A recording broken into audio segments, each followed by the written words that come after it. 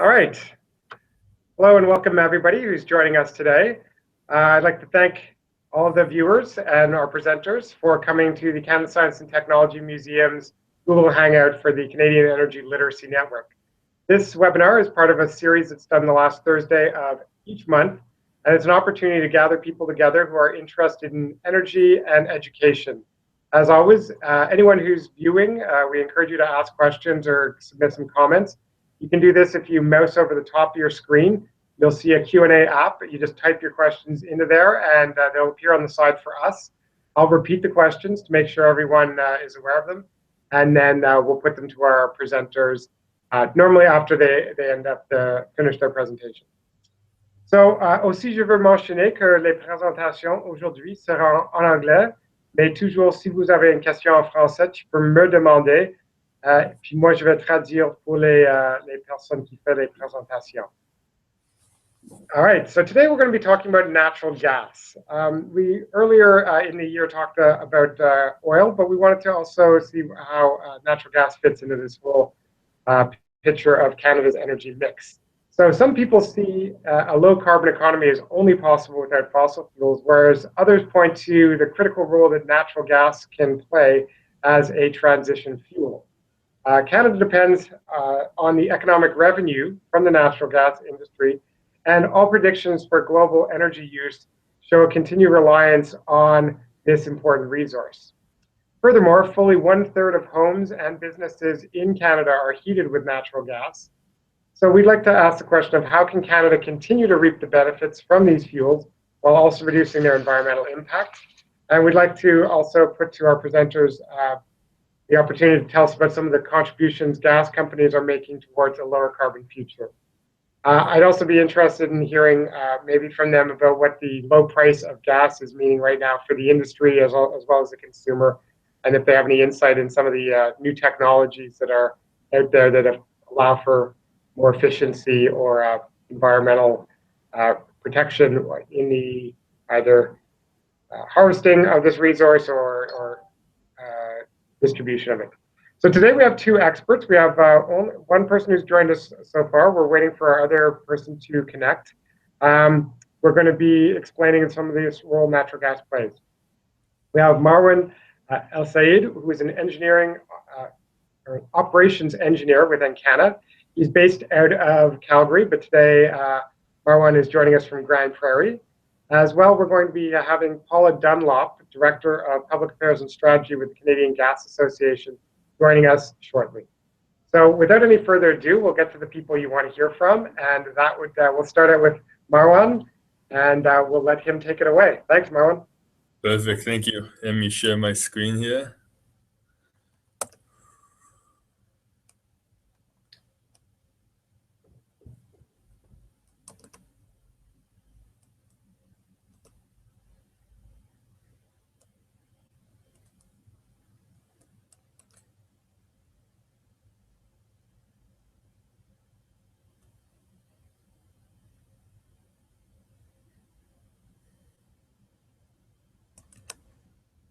That's great, Marwan. We're seeing that first slide there. So. Perfect.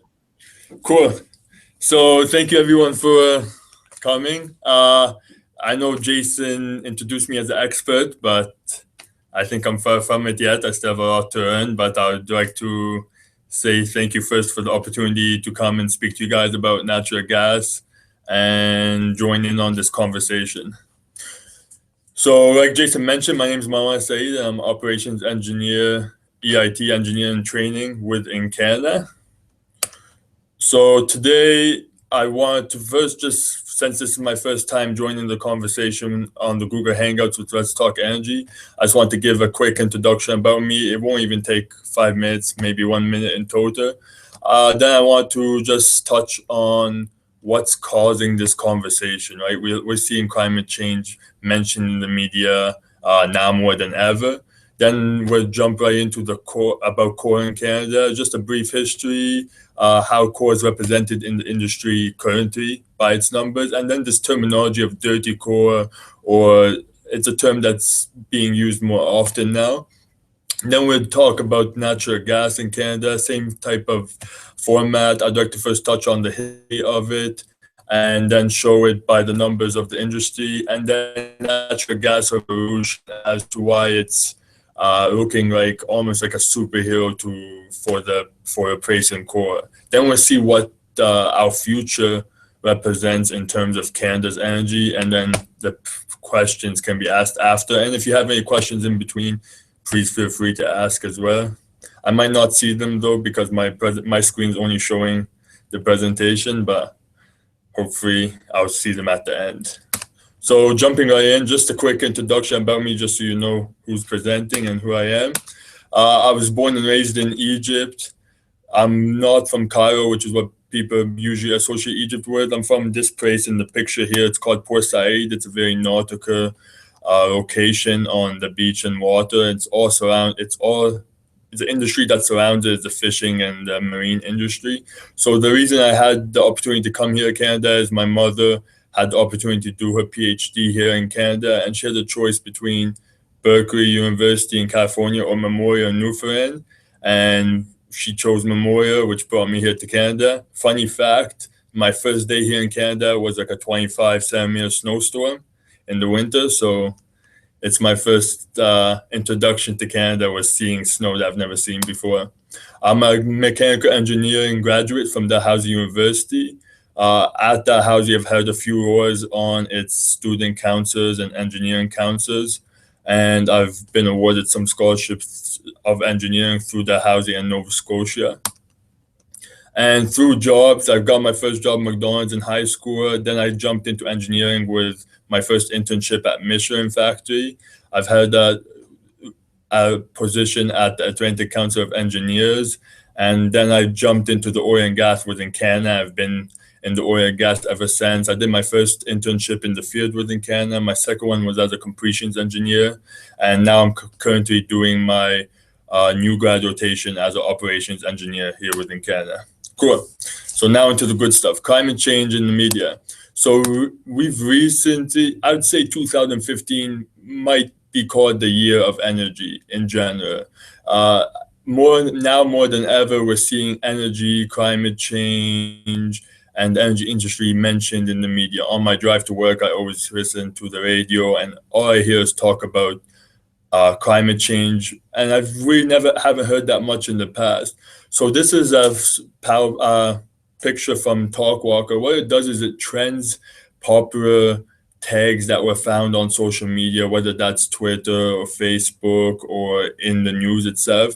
And what we see is we see some pretty big industry names here. We got TransCanada, we see ExxonMobil, we see Peabody Energy. And what's that showing us is among the other things that are trending in Twitter and Facebook, the energy industry itself here in Canada has a pretty high presence this year in the media. Same with the politicians. You get a lot of politicians mentioned here, just like Justin Trudeau, Stephen Harper, because Canada's political and energy industry are intertwined when it comes to how it's represented.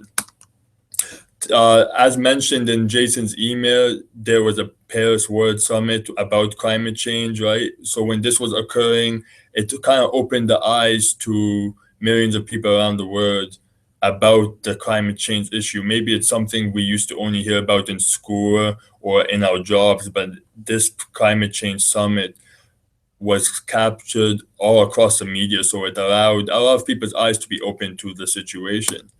And just a quick graph here, what it's showing is that what we see here is that there was a relatively few amount of climate change papers related to climate change that were published. But now that we're in this 2010, 2015 range, it's almost exponential growth. Like this climate change topic is growing and the conversation is now bigger than ever.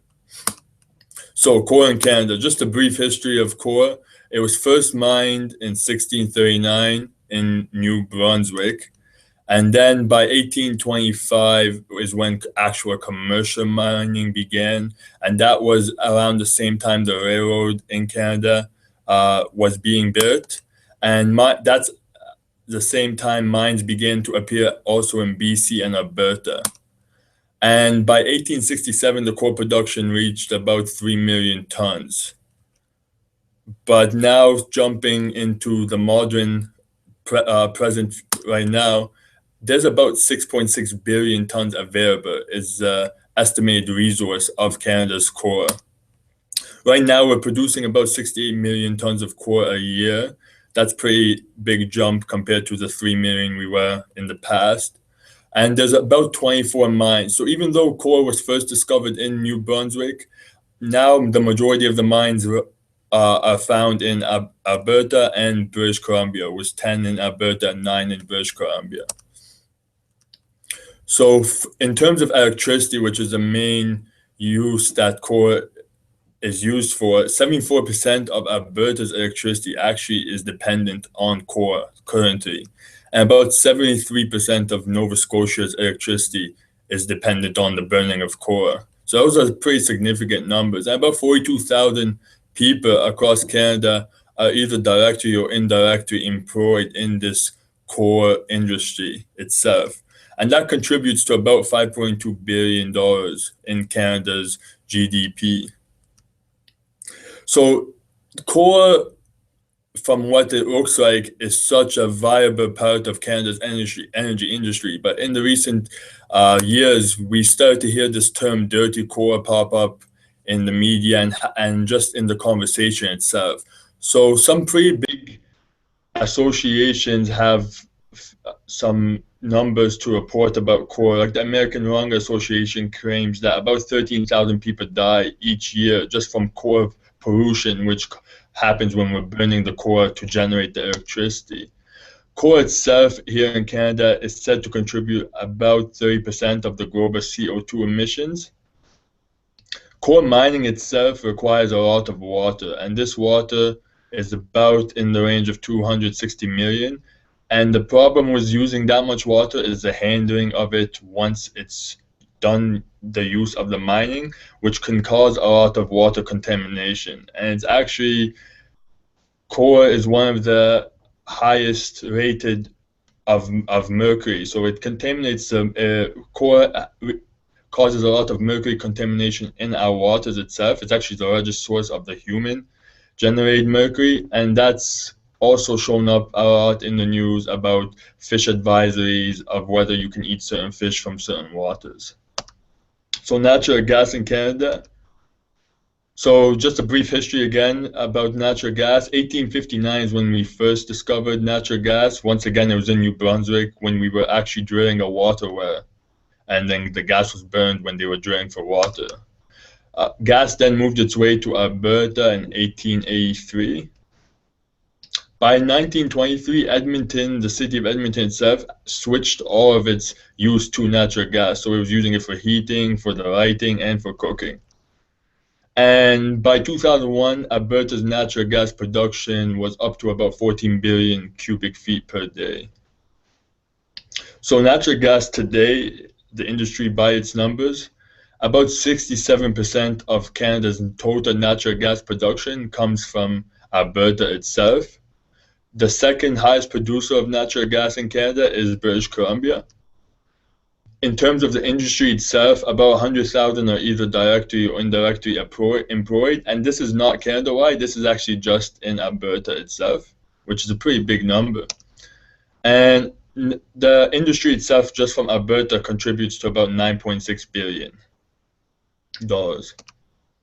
So this natural gas revolution, why natural gas has been seen as the future of us to stop using core as our energy source. And there's a few reasons why it's been looked at as a replacement. Mainly, if we look here, this is comparing core to natural gas of when we burn it, what it gives off. So we got our greenhouse gases, our nitrous oxides, our sulfur oxides, our mercury, and our microparticulates. So we got the core in the gray and the natural gas in the blue. And what we can see is that straight across the board, natural gas seems like the more efficient solution to our energy needs. So just to highlight some of these numbers, you get almost a 70% drop in the amount of CO2 that's produced when you're burning core compared to natural gas. In terms of the nitrous oxides, it's pretty much less than 1/10 the amount you would get from burning off core. And in the microparticulates, it's less than 1%. So these numbers are pretty significant in seeing why natural gas is looked at as a solution to going off core. Now comparing natural gas, just let's take this spectrum a bit broader and look at natural gas compared to oil, propane, and core. And we see that still in carbon dioxide emissions, natural gas is the leader in producing the least amount of carbon dioxide emissions when we're burning it. And once again, let's open up the spectrum more and look also at nitrous oxides and sulfur dioxide and particulates and mercury. And natural gas is on par and beating oil and core in all these categories. So from the outside view of things, it could be seen why natural gas is looked at as the go-to solution for Canada phasing out its core production. So what does our future hold? By 2030, we've almost all heard this in the news by now, Canada plans on phasing out the majority of its core mines, with only a handful being remaining once 2030 comes. So just looking at the energy consumption throughout the years in Canada, I just want to highlight natural gas versus core.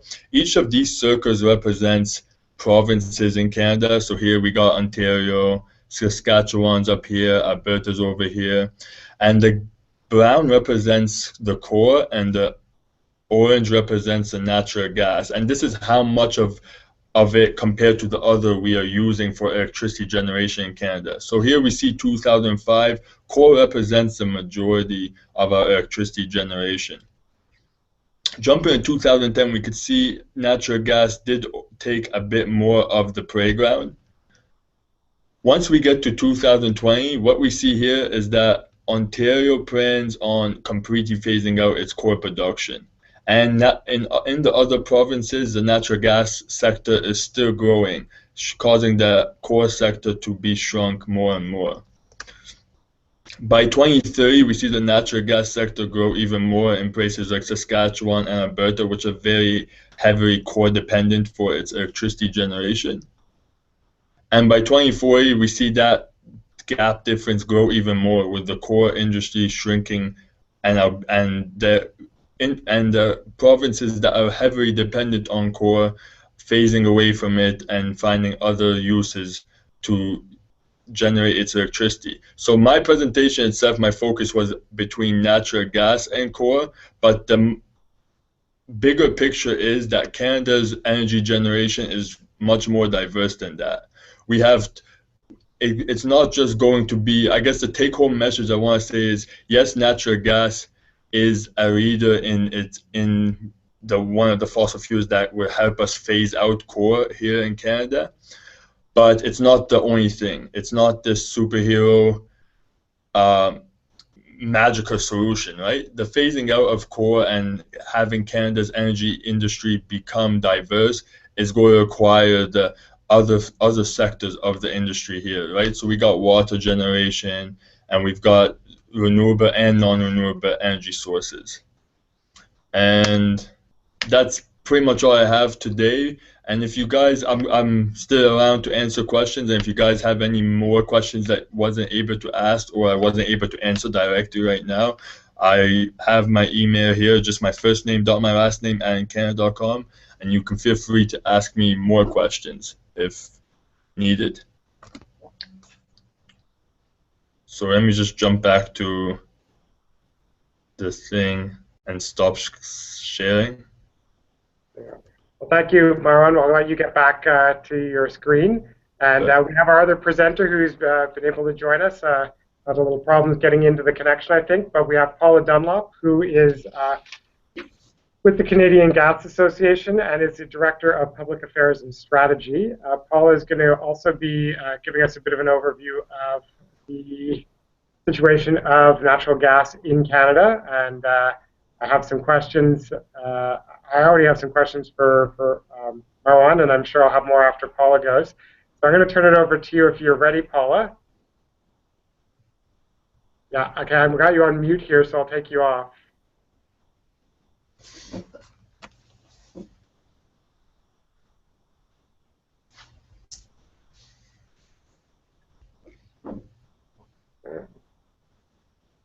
Give me 1 second here. I've muted you.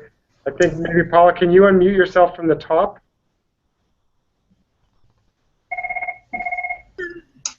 There we go. Perfect. Can you hear me now? I can. And Jason, are you working my presentation or am I doing it from here?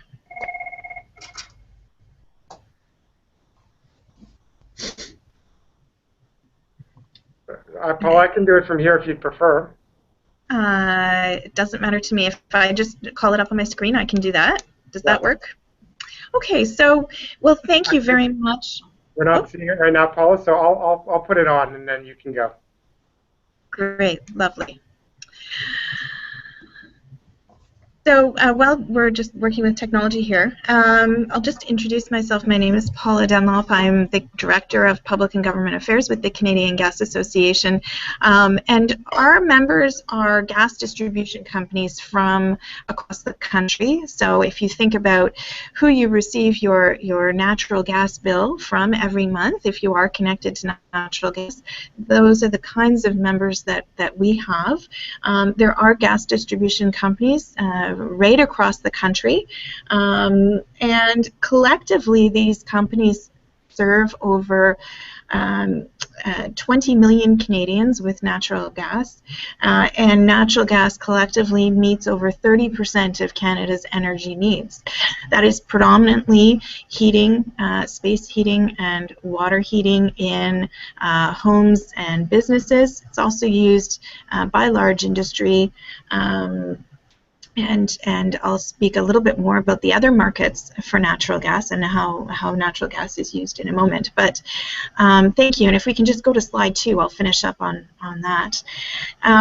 So collectively across the country there are over 450,000 kilometers of natural gas pipelines. And as you can see, the companies range from private corporations and crown corporations, and in the East Coast some new gas delivery companies growing markets and expanding their pipeline systems. So if we can just switch to slide 3.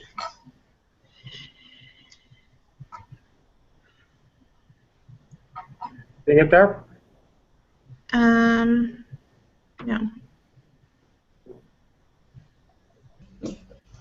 There we go. I have slide 3 up there. Okay, so on slide 3 there is a list of natural attributes that we use when we're defining natural gas as a product. And my colleague from Canada spoke extensively about the environmental benefits of natural gas, that is a clean and efficient burning energy option with fewer emissions than any other fuels. But what I thought I would talk about is the affordability of natural gas. Because of the abundant supply of natural gas, the extensive infrastructure of natural gas across the country, natural gas is an extremely affordable energy option, and the National Energy Board and other organizations have come out and publicly noted that the abundant supply of natural gas will help natural gas maintain its affordability over the many years to come. I also have on this list, within this list, a definition of compressed natural gas and liquefied natural gas. Compressed natural gas, for those who don't know, is natural gas that is compressed at a high pressure to reduce its volume by up to 300 times compared to natural gas at normal pressure. CNG is really an ideal energy option or transportation fuel for passenger cars, pickup trucks, vans, buses, shuttles, and it's certainly one of the expanding markets for natural gas that we see coming forward. As well, I've included a definition of liquefied natural gas. Natural gas can be liquefied by cooling it to a state of minus 162 degrees Celsius, and by cooling it, you're able to transport liquefied natural gas by truck and use it as a transportation fuel in truck fleets, ferries, ships, rail, and also in mining applications, industrial uses, and communities. If we could move on to slide 4. Yeah. I'll just get that. Give me 1 second.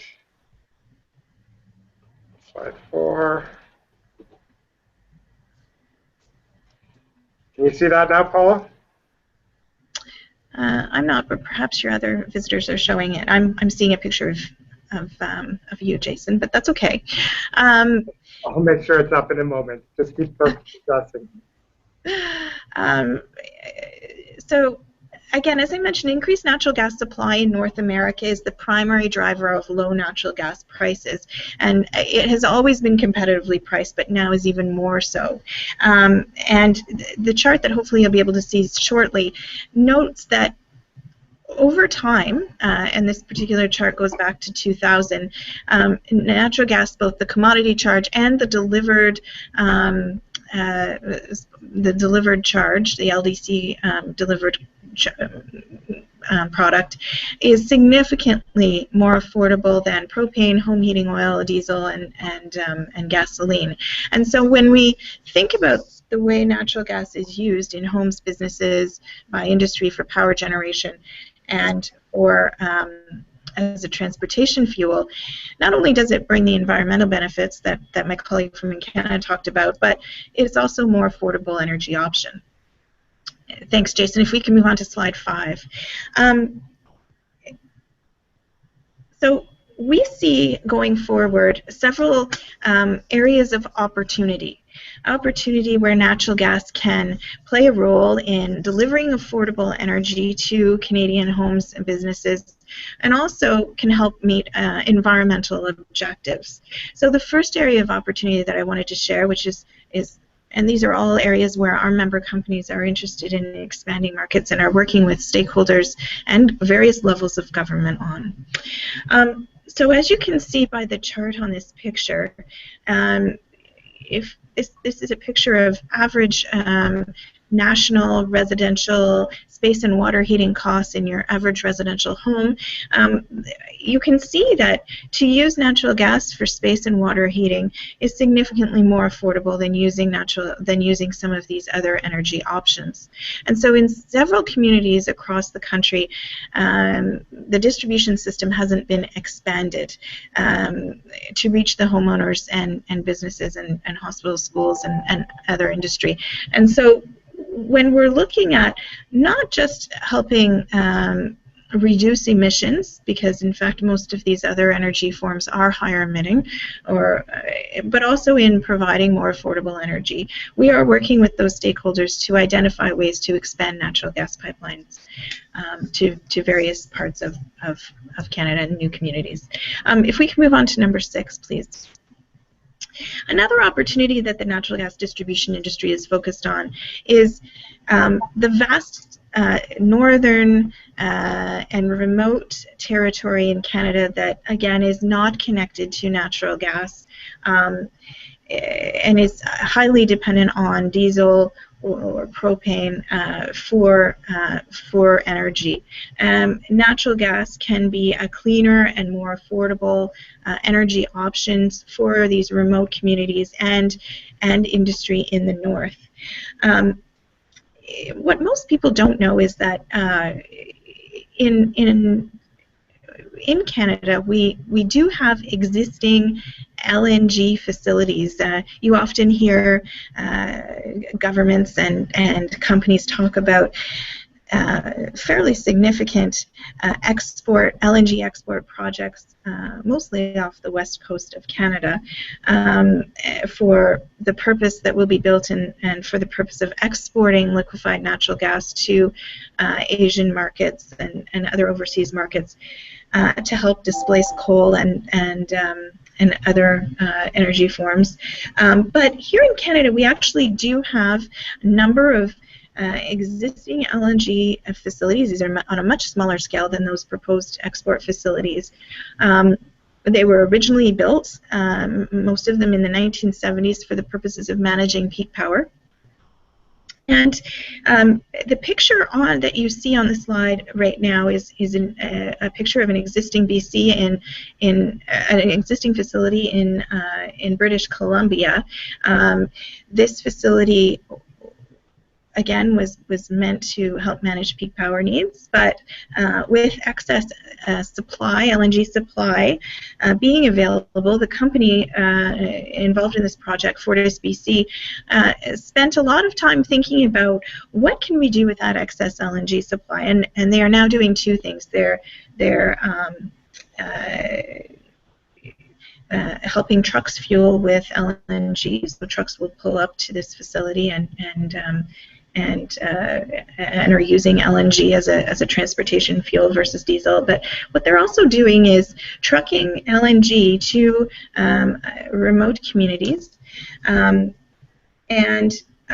these remote communities are regasifying the LNG on site and using it for power generation or heat in those communities. So if you flip to slide 7, here are 3 case studies that I've outlined for you.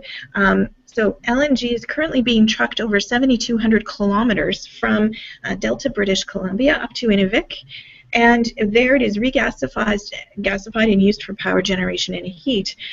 So about 2 trucks a month go up to Inuvik and back. Moving that community onto LNG has resulted in a reduction of 500 tons per year of GHG emissions and a $2 million cost savings per year. Similarly, in Whitehorse, Yukon, LNG is being trucked from Delta, BC, over 4,000 kilometers round trip. And again, it's regasified and used for power generation and heat. And there, the savings are 500 tons a year of GHG emissions reductions and a cost savings of up to $4 million per year. So our companies are looking at opportunities to identify communities such as these where the diesel generation capital equipment is up for renewal, and looking at opportunities to move those communities onto LNG for, again, the cost savings and the emissions reductions. Finally, that last case example there on page 7, the Renard mine, it's the Stornoway Diamond Renard mine, will be using liquefied natural gas that is trucked from an LNG plant just outside of Montreal. It's a 2,000-kilometer round trip. It's regasified, or it will be regasified and used for power generation and mining operations, the heating system and such with the mine. The expectation is that this will deliver a 43% reduction in GHG emissions over the diesel alternative, and that the cost savings will be between 8 and 10 million annually. So I guess if I leave the group with one message here on this opportunity, you know, there are significant opportunities. There are significant opportunities to reduce energy costs in these communities and for potential industrial sites in Canada's north. So we are working with various levels of government to identify those communities where it makes most sense, and also potential industrial operations that could become economic to begin operations with a lower cost energy option. Finally, I'll move on to slide 8, and you know, I've talked a little bit about natural gas being used as a transportation fuel, and you see on the side of the slide, sorry, I'm on slide 9, I guess, on your version there. There, Jason. You see a little picture of a refuse truck, a city bus, a transport truck, and a ferry. These are the near-term uses for LNG or CNG as an alternative fuel to diesel. And again, the opportunity to reduce emissions and offer a lower fuel prices is what is driving that new market. So the slide on page 9 is kind of a picture at a glance, if you will, of some of the examples that I have mentioned so far, and it notes a few others across the country. You'll see some examples of ferries that have moved on to LNG. There's examples of LNG being trucked up to Canada's north, and some other interesting things happening in Quebec and Ontario. So the gas distribution companies in Canada are certainly looking at innovative delivery options to help customers reduce their emissions and benefit from a lower energy cost option. The last thing I'll touch on just quickly, natural gas distribution companies have always been innovators, but over the past several years, they have embarked on a number of different initiatives to support innovation in end-use delivery technology. And so some of these entities that are listed here are examples of partnerships between the gas distribution industry and government and other technology institutes. And really the focus of these efforts is to really drive innovation in energy and use technology. Slide 11 talks about, we hope to continue to partner with such organizations as Sustainable Development Technology Canada, the National Research Council, the Natural Gas Technology Center, the Gas Technology Center in the U.S. And really, we hope to continue to work with these stakeholders and others in the effort to drive efficiency and innovation. Finally, I wanted to touch on this last opportunity quickly on the next slide there, Jason. Natural gas distribution companies, one of the investments in efficiency and innovation that our companies are very committed to is supporting the increased production of renewable natural gas. So renewable natural gas is 100% renewable natural gas that's produced from organic waste. And this is defined on the next slide there, Jason. It is produced from organic waste such as farms, forests, landfills, and wastewater treatment plants.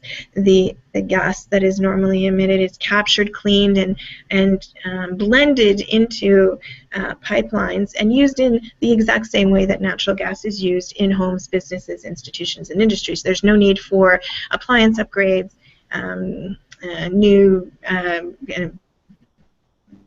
ducting. It's just a delivery system.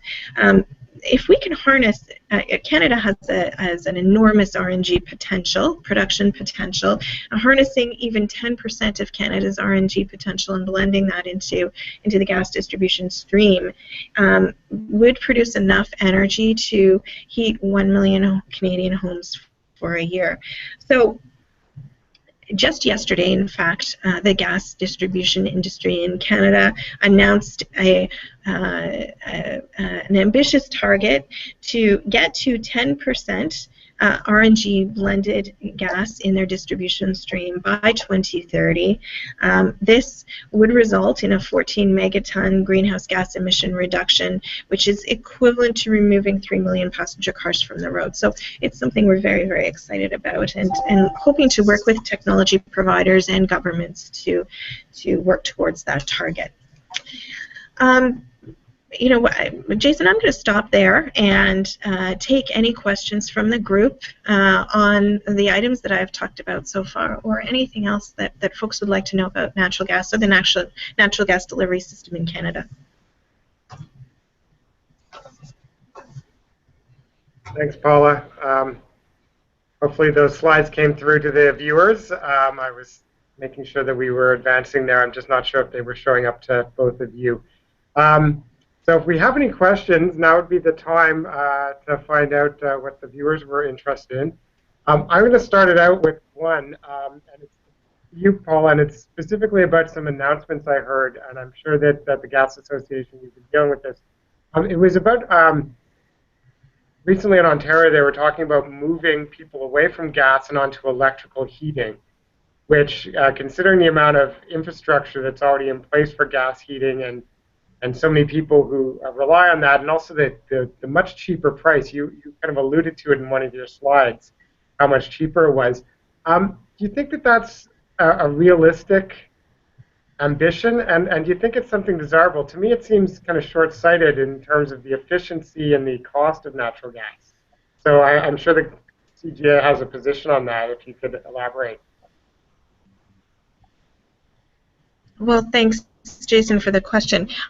You know, I think that I would stress two things. You know, we really do see natural gas as offering a number of solutions that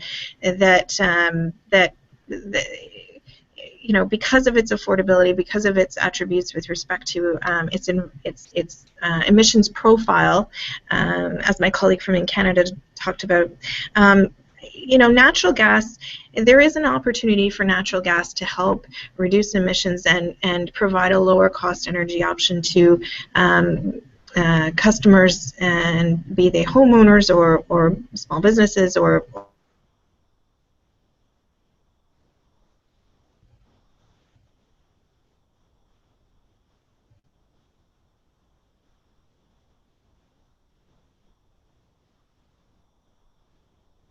The government announced today some funding for renewable natural gas to help bring more on stream. That was announced just today, which is fantastic news.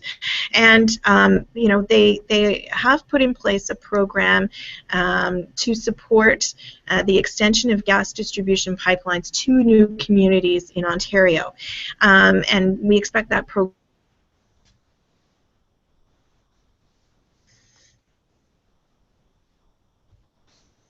the Ontario government on, but also the federal and other provincial governments. You know, there's an extensive network of gas distribution pipeline in the ground that has been, you know, safely and reliably delivering energy to homeowners and customers for many years. And you know, from a reliability perspective, you know, and from an affordability perspective, and from an emissions reduction perspective, we think that energy choice is imperative in the province. But as I mentioned, you know, we look forward to continuing to work with the government on those other opportunities.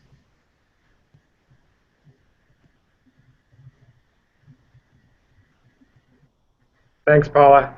I'm going to ask a question to Marwan, who's working with Encana. So I know Encana's got extensive gas production in Canada as well as in the US. I know that the prices for gas have been quite low lately, which is great from the consumer side, but I'm sure from the industry side has been difficult. Has that had any effect in the projections? You talked a lot in your presentation about how natural gas will be kind of supplanting coal for electrical generation. Is there any concern about being able to make investments in increased production to be able to handle that with the low prices, or is that something that is not really factoring into how natural gas will be replacing coal? Am I muted right now? I'm not sure. No, you're good. We can hear you.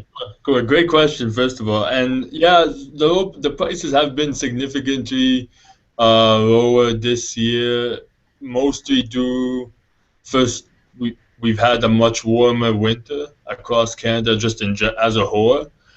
Those prices are just, the way we see it here as a producer, are almost temporary. Like natural gas, as I mentioned, is a significant part of the energy industry here in Canada. So while the prices may be lower now, that's not stopping our look 10 years and 20 years onwards as a future, as seeing it as as we see the pipeline connections grow and we're able to safely transfer that gas to more markets here in Canada itself, we see it.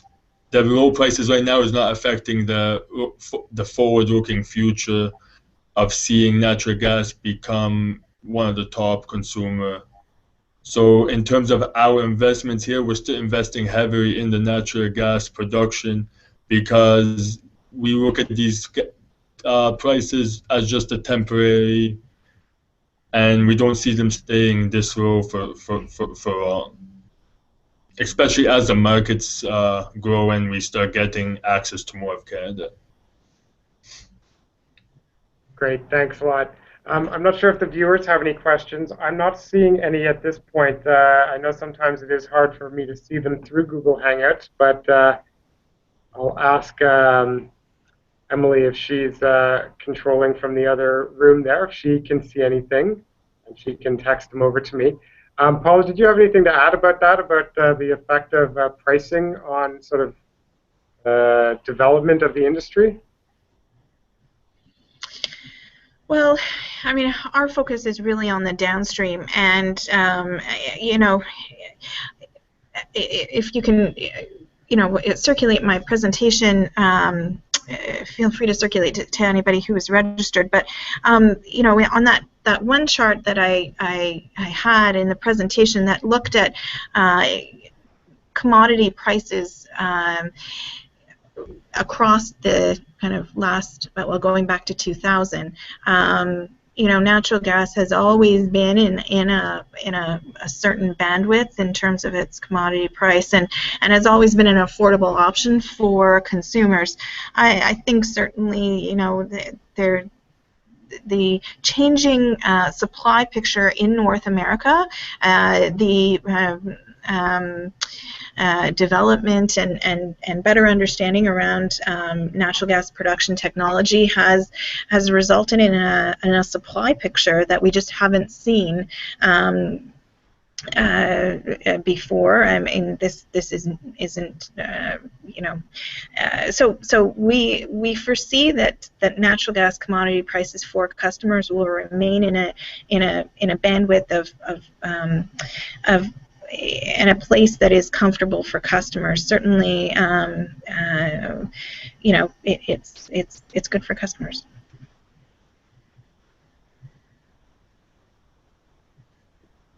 Hey, Paul, I have another question here that I'll read out to you in case you're not seeing it. It says, Paula, you mentioned the Ontario government's announcement today for increased funding for renewable natural gas. Has there been any other significant pieces of legislation put through in any other provinces or developments like this in any other regions of the country? For renewable natural gas specifically, British Columbia, see, our companies are regulated monopolies. So in each jurisdiction, in each provincial jurisdiction, there is a regulator. In Ontario, it's the OEB, but in other jurisdictions, there are similar regulators. So in British Columbia, the provincial government and the regulator are allowing one of the gas distribution companies there, FortisBC, to offer RNG, renewable natural gas, as an option for customers. So for a premium, customers can have RNG. Can purchase RNG. In Quebec, a couple of RNG projects are underway, and governments there have been very supportive.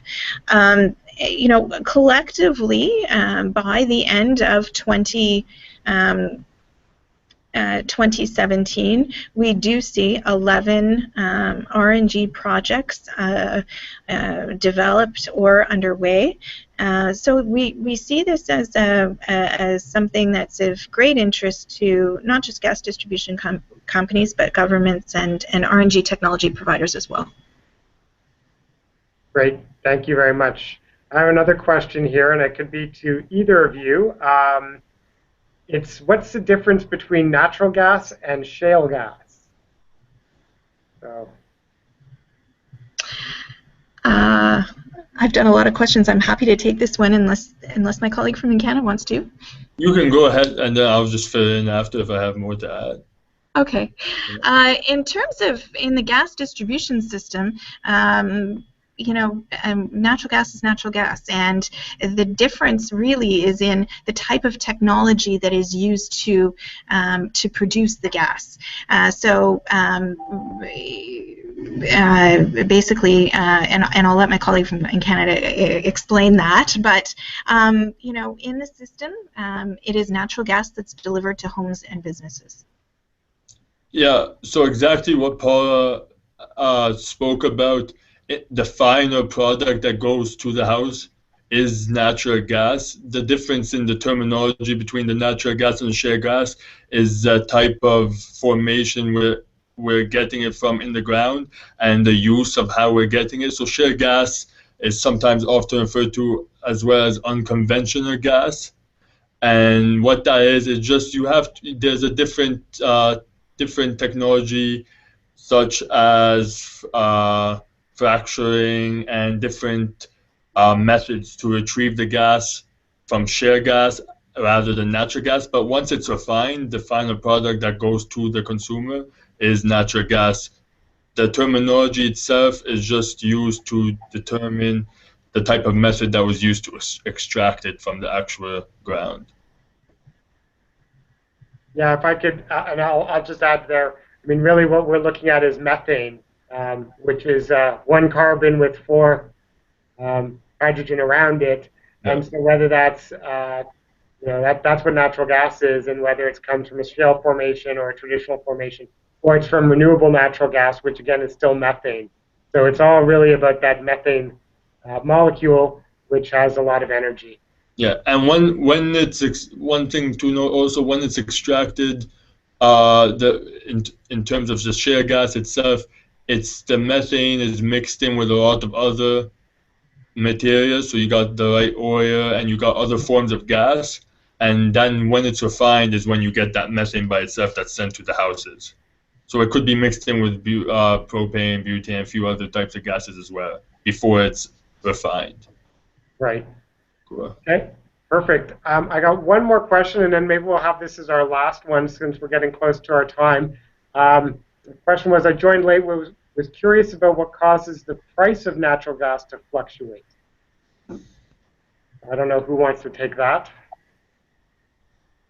Sure. Go ahead, Paula, because my knowledge on the investment stuff is just brand new a bit. So. No, that's fine. So natural gas is traded on an open market, on an open North American market, and varying factors will influence the price of the commodity. These can include weather. So if you have a particularly cold winter, it can include any kind of supply disruption due to a hurricane or something of that nature. There can be, not so much with natural gas, but geopolitical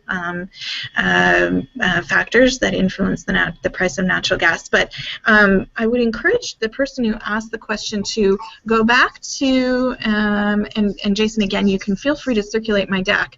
Go back to slide 4, where it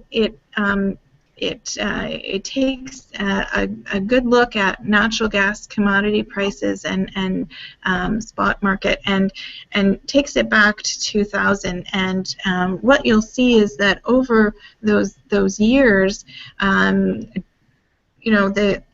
bandwidth for natural gas has remained within a very affordable and steady path or trend, and again, the abundant supply of natural gas that North America has really further reinforces the ongoing affordability of gas. Great, thanks for that answer, Paula. I think we're going to wrap it up now because we're coming up on 2 o'clock Eastern time here. But thank you everyone who's asked questions and who came and tuned in. I'd also like to thank our presenters, Paula and Marwan, for your comments, your presentation, and your expertise. And as everyone knows, if you have any other questions, you can please feel free to get in touch with me through the Let's Talk Energy webpage, which is letstalkenergy.ca.